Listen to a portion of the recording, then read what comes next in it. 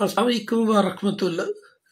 इस नफ्सा नफसी और रश में मैं मुखातब करना चाहता हूँ, बात करना चाहता हूँ अपने फाजल जजेस से और अपनी फाजल लीगल फ्रेटर्निटी और बरादरी से।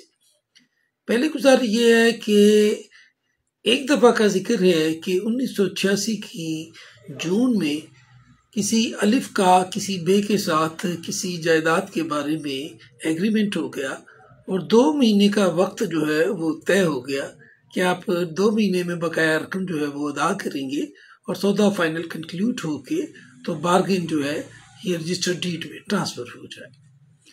वो 2 माह में जो बेचने वाला था वो रकम वसूल ना कर सका और उसने क्या किया कि उसने उसी जायदाद को किसी जीम को, किसी सी को वो जायदाद जो है वो बेच दी। अब जो खरीदार था बी या बे, उसने बाकायदा जो है एक सिविल सूट फाइल कर दिया 1986 में और 1986 में उसने सूट फाइल किया अपनी रकम अदा करने के वक्त के 2 माह गुजर जाने के बाद।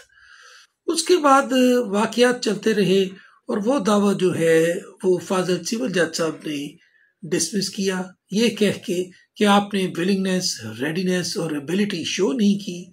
बकाया रकम जो ज़र समन का था, टोटल कंसिडरेशन का, वो आपने चूँकि जमा नहीं करवाया, इसलिए आपका केस जो है वो बाकायदा डिसमिस किया जाता। अब बी या बे केस को तो हार गया, लेकिन ये केस ऊपर तक चलता रहा।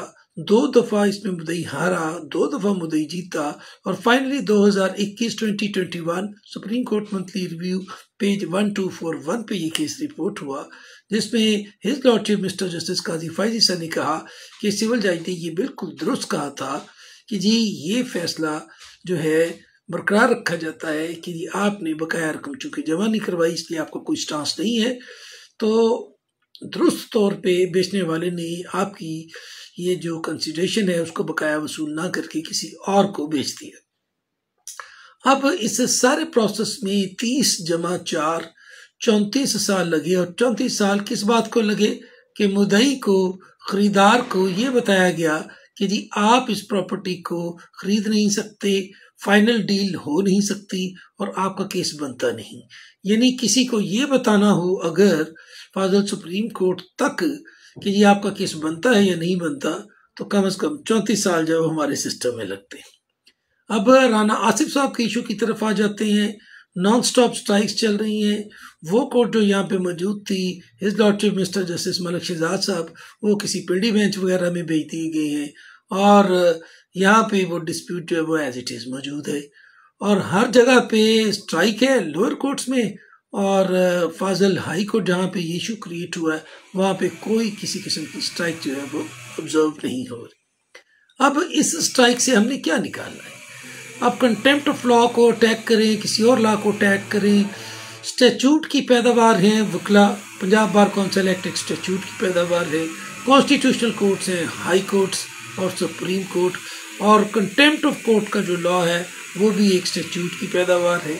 अब अगर आपस में आप टकराते रहेंगे और हमारे इस आपसी टकराव की वजह से जो क्लाइंट है वो हमसे मज़ीद बदजन हो जाएगा, जिसको 34 साल बाद रिलीफ ये मिला है कि जी आपका केस नहीं बनता। अब कोई शख्स इतनी स्लो प्रोसेस, स्नेल पेस के ऊपर जो लिटिगेशन है उसको जब सुनता है, उसको जब प्रोसेस में आके देखता है तो फिर उसका दिल उचाट हो जाता है। वो फिर ये नहीं चाहता कि मैं इस प्रोसेस में आके अपना कोई वो रिलीफ जो मेरा बनता भी है, ऐसा केस जो काबिल रफ्त है, मेंटेनेबल है, प्रोसीडेबल है, वो उसको भी नहीं करता, बल्कि वो अपना मुमकिन हद तक नुकसान करवा के तो आउटसाइड कोर्ट जो है वो सेटलमेंट कर लेता है।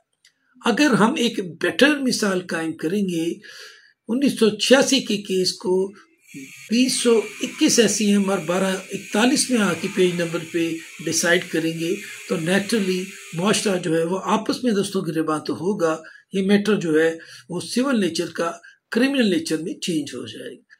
मेरी ये हम्बल दस्त बदस्त रिक्वेस्ट है अपने फाजल जजेस साहब से, फाजल वकला से और हमारे नुमाइंदगान से, पंजाब बार काउंसिल से, पाकिस्तान बार काउंसिल से कि इस मैटर में इंटरवीन कीजिए और एक रेवरेंट और रिस्पेक्टेबल इंटरवेंशन हो और इस मामले को आप कंक्लूड कीजिए, क्योंकि इस तरह की जो स्ट्राइक्स होती है, इन स्ट्राइक्स में नुकसान जो है वो लिटिगेंट ही का होता है। वकील साहब ने तो फीस लेनी है, चाय पीनी है, गपशप लगानी है और घर चले जाना है। लेकिन ये बात बहुत ज़रूरी है कि वकला को और जजेस को ये समझना चाहिए कि वो एक ही गाड़ी के दो पहिए हैं। इसलिए अगर वो सिजर्स के भी दो पार्ट्स हैं, वो डिफरेंट डायरेक्शन में भी काटते हैं, तो रिजल्ट जो है वो यूनिफाइड होना चाहिए। मेरा ये मानना है और मैं इस चीज़ को रिस्पेक्टफुली सबको सबमिट करता हूँ कि इस स्ट्राइक को बाकायदा जो है कॉल ऑफ कीजिए और खुदारा इस मामले में अपनी अपनी असल पोजीशन को बहाल कीजिए, ताकि सिस्टम जो है वो वापस अपनी पटड़ी पे आए और मुमकिन हद तक जो रिलीफ जिसका बनता है वो मिले। Thank you. अस्सलाम वालेकुम व रहमतुल्लाह। शुक्रिया।